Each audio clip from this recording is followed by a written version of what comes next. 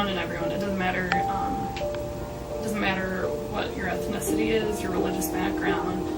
how you were raised, who you were raised by, who your friends are, who your enemies are. It doesn't matter who you are. It can happen to you or anyone that you know. My name is Meredith Martyr, and I'm the Interim Violence Prevention Educational Coordinator at the Aurora Center. I would say the main mission of the educational program is we deal with primary prevention, so we're taking a focus on what we as a society, as a college campus can do to prevent sexual violence before anything happens. So taking a greater look at what it is in our society that has it that these crimes are so common on a college campus. But I think a lot of times when we go into classes or groups and we talk about sexual violence, people say that's a horrible crime and I can't believe that happens, but that would never happen to me, or it doesn't happen to anyone I know. And we have all these preconceived notions of what relationship violence is, these extreme forms of violence which do happen, but even the little things like putting your partner down, even a slight physical aggression during a fight, those are examples of violent behavior in relationship violence, and people don't necessarily see that all the time.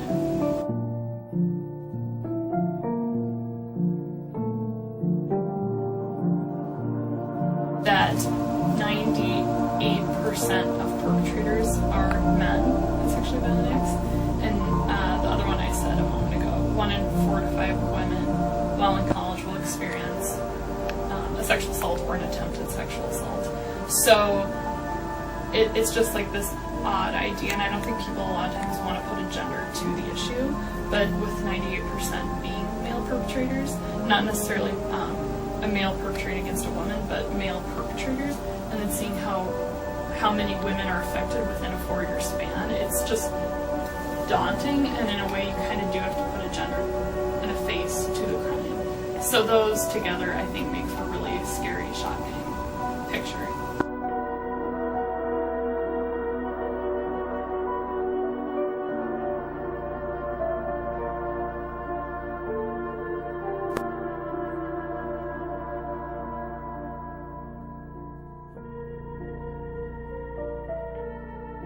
I think the biggest way that it can be helped or solved is through people taking their own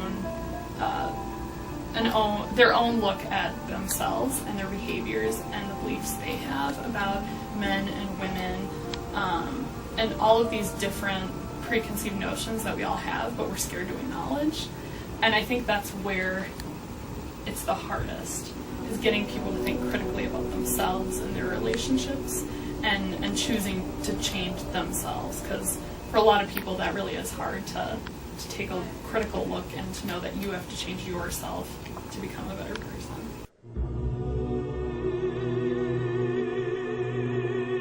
Like, it's almost like you're this light in a room that's dark, and so people just come to you and you don't expect that, and I don't think they warn people of that in training. And it can be really hard, but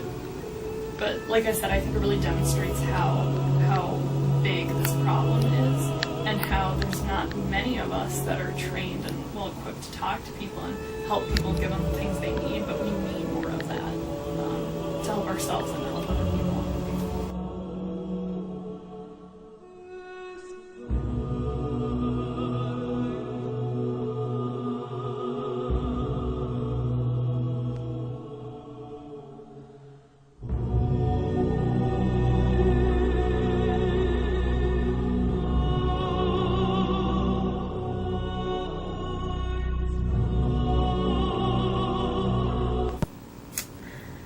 Kate, what would you say has been the experience which has impacted you the greatest while working at the Aurora Center? I think the experience that has impacted me the greatest has been giving presentations or tabling and having people come forward and disclose that